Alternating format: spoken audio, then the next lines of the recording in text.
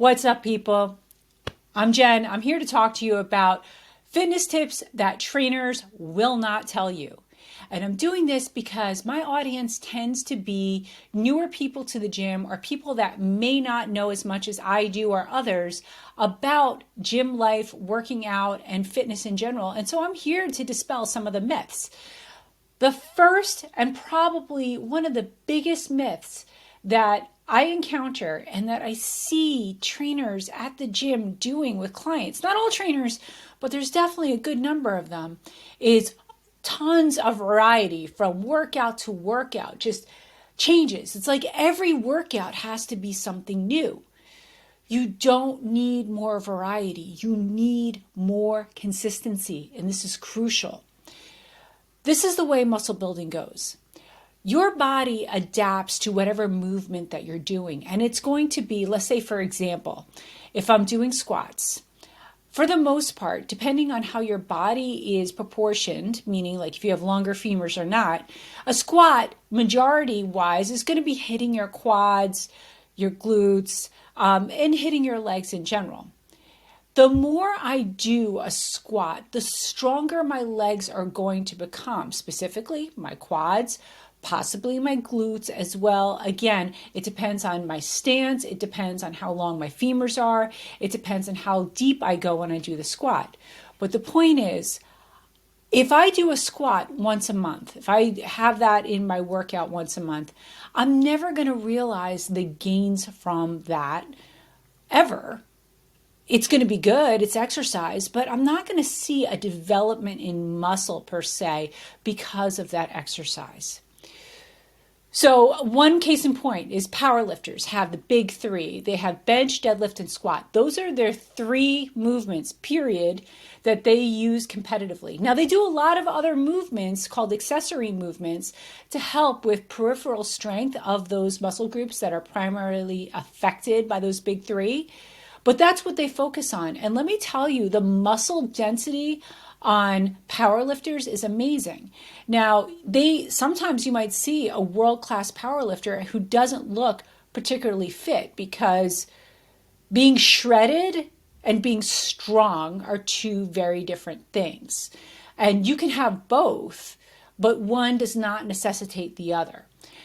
Getting back to my point about trainers is I find a lot of trainers want like these spicy and invigorating workouts that make you sweat really hard and all this great stuff because they want their clients to be interested and to be energized and all that stuff.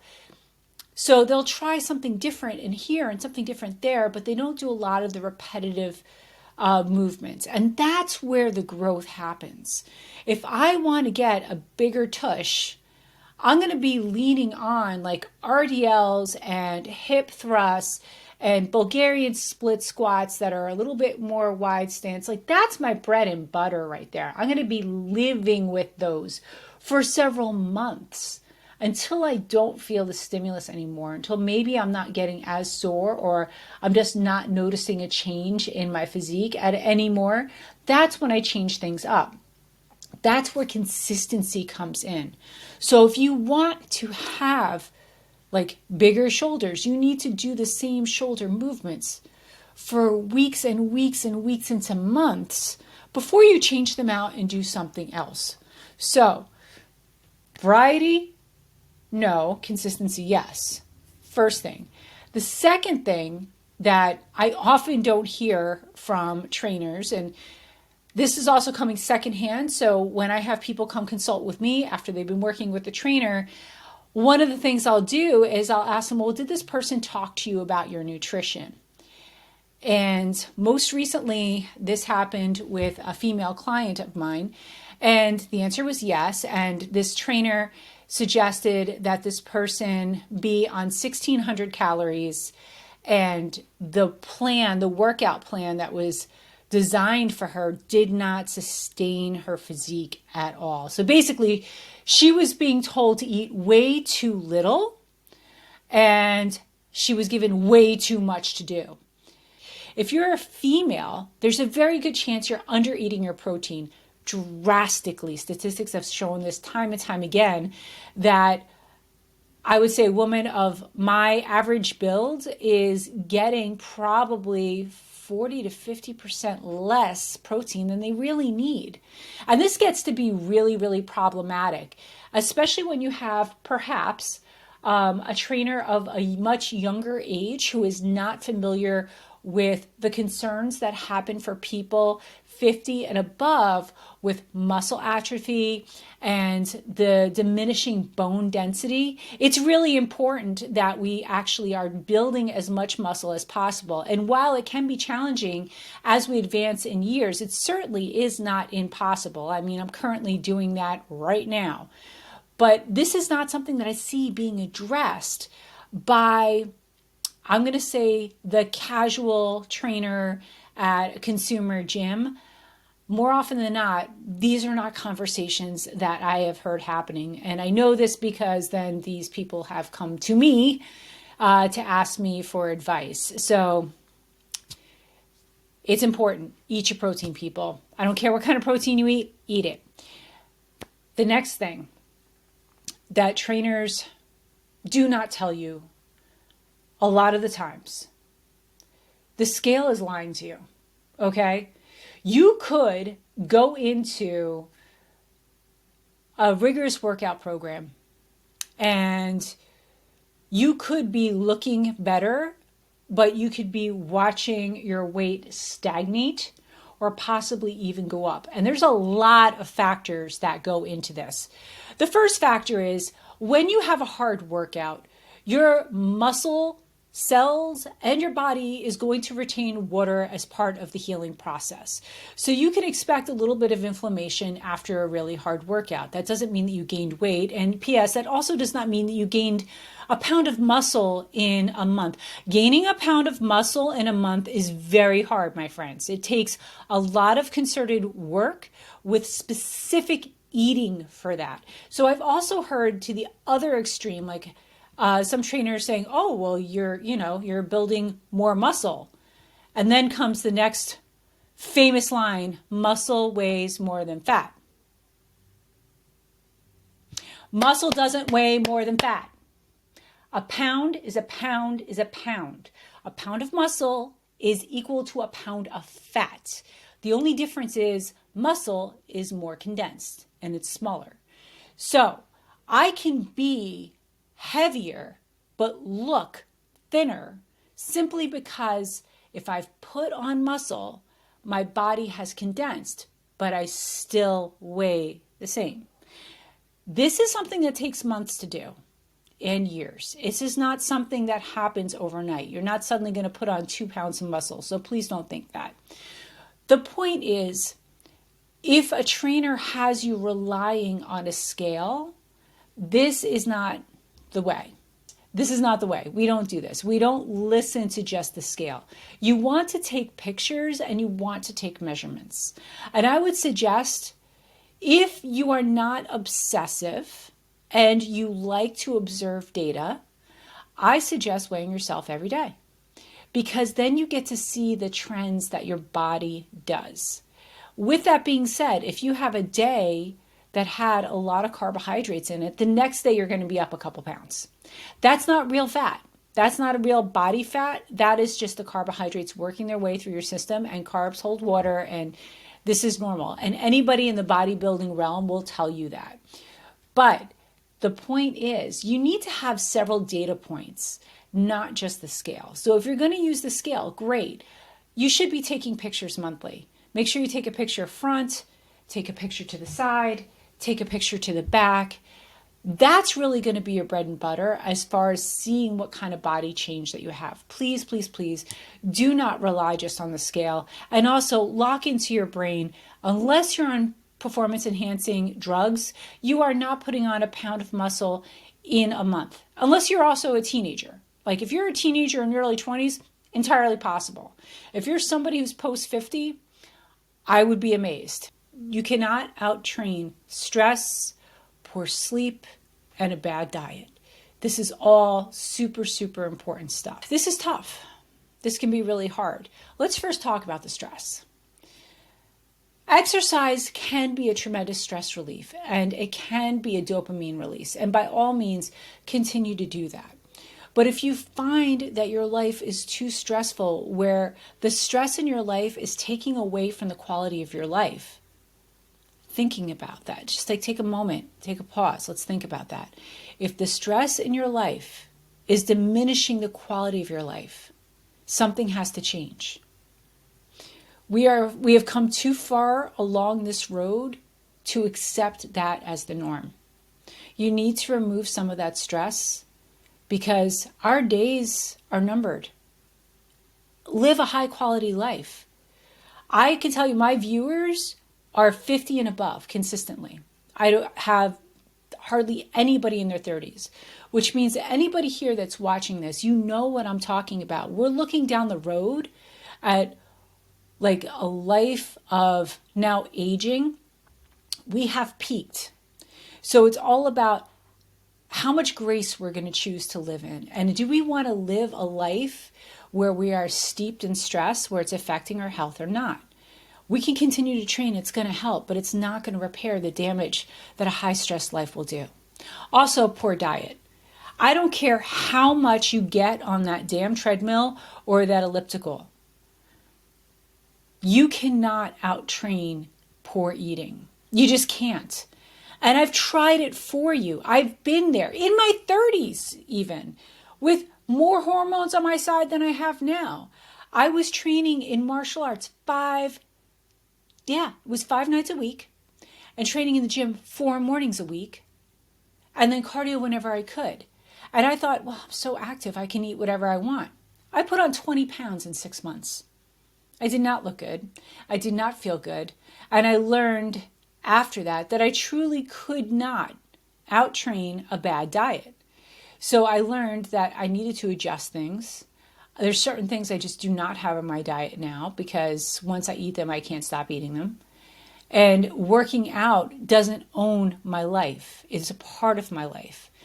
If you are somebody who sees yourself getting on the treadmill or getting on an elliptical for 2 hours to work off food that you ate, that is disordered eating and disordered thinking around exercise. And I highly encourage you to get some help. You don't need to be spending 2 hours of your precious day training to work off food. We can have a better approach. Sleep is crucial. If you are trying to diet or you're trying to build muscle, in my case, I'm doing both, you are going to get very minimal gains if you have poor sleep.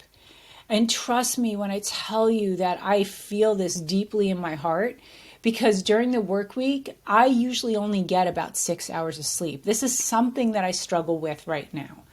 So I try my best to be in bed by 9:30. I would like to be in bed at 9. Once in a while that happens.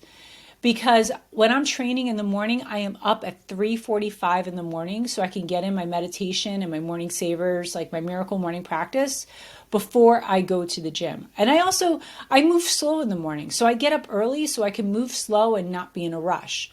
So sleep though, I find that when I stagnate in my weight loss or if I'm just like really beat up from working out, one of the first things I need to do is adjust my sleep.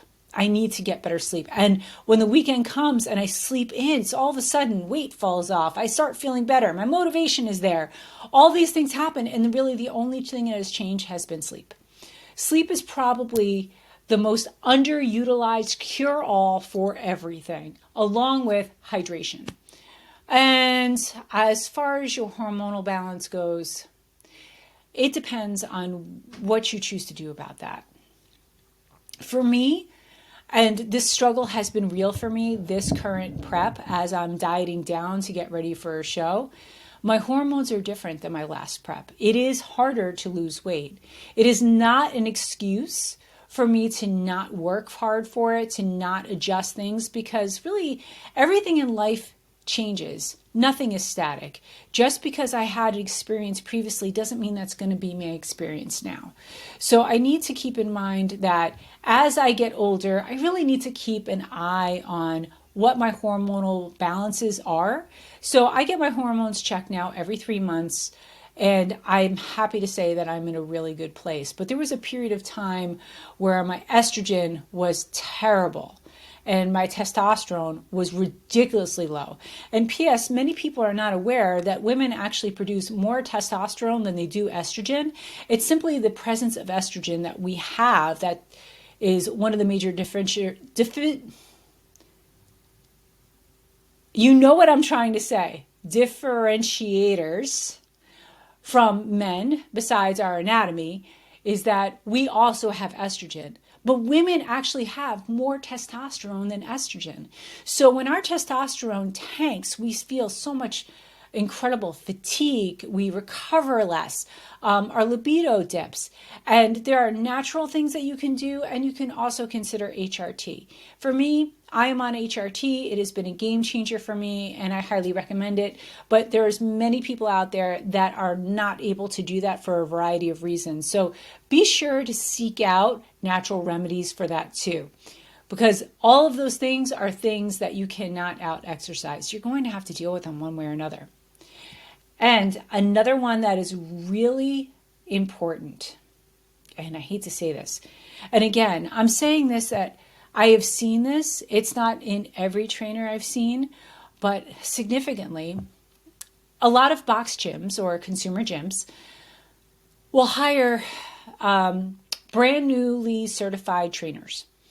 Because frankly, trainers that have a lot of experience and a lot of time under their belts have probably developed their own business and their own clientele. And you may not see them working at a gym making just $30 a session. Remember that gyms are taking probably the majority of that cut. So as a consumer, if you're paying $80 a session, rest assured there's a very good chance that the trainer that you're working with is only getting $40. That being said, there's a good chance they're newer.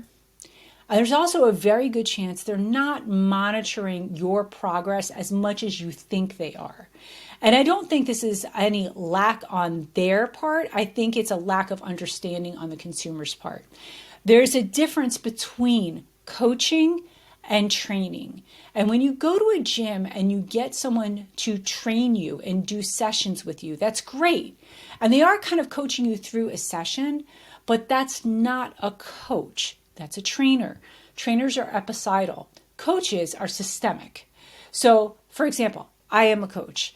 I have clients. I write out their programs. We do very large mesocycles, which means I give them probably between 12 to 16 weeks worth of programming. And every week I look at their results when they fill out their check-in form for me, and I adjust their volume, their effort, their intensity, and their food based on the results that I'm getting. That's coaching. I think a lot of people that go into gyms are thinking they're getting coaching when really what they're getting is training. And that's not bad. It's just understand what you're getting. The trainers that you see at the gym have, if they're busy, which is a good thing for them because they're making money, they don't have any time to sit back and reflect on their clients' progress and track things over time. I can also say this because my husband is also a trainer, and he was a trainer for at least 20 years before he opened up his own place. That's just not how these facilities work. You don't have that built-in time to be able to go over, if you have a roster of 60 clients that you are seeing over the course of a month, that's a lot of time that you need to spend on each one of those programs. Usually what winds up happening is a trainer is going to pull whatever records they did last time and kind of make adjustments on the fly.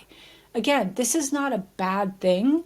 It's just important that you realize what you're getting. So realize when you're going into a gym and you're paying for training sessions, that is not coaching, that is training.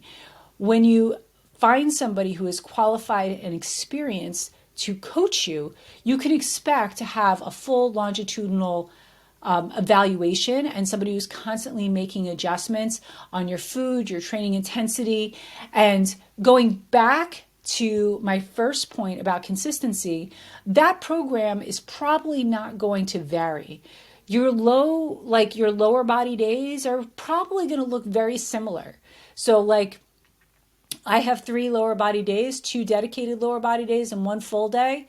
I've had almost all of the same movements in there for about 4 months because I'm still getting a lot of stimulus from them. So I'm going to milk them for everything they're worth until we change everything over when I start a new mesocycle. So I really hope that this helps dispel some misunderstandings and understand that trainers are fantastic and they're a great source for extrinsic motivation, which is something I'm going to do another video on. They're a fantastic way to get you into the gym because there's some built-in accountability there. But realize that you may not be aware of some of these other issues. So as always, thank you so much for watching. I really appreciate your time spent on the channel. Get in the gym, go get yours, and I'll see you in the next one.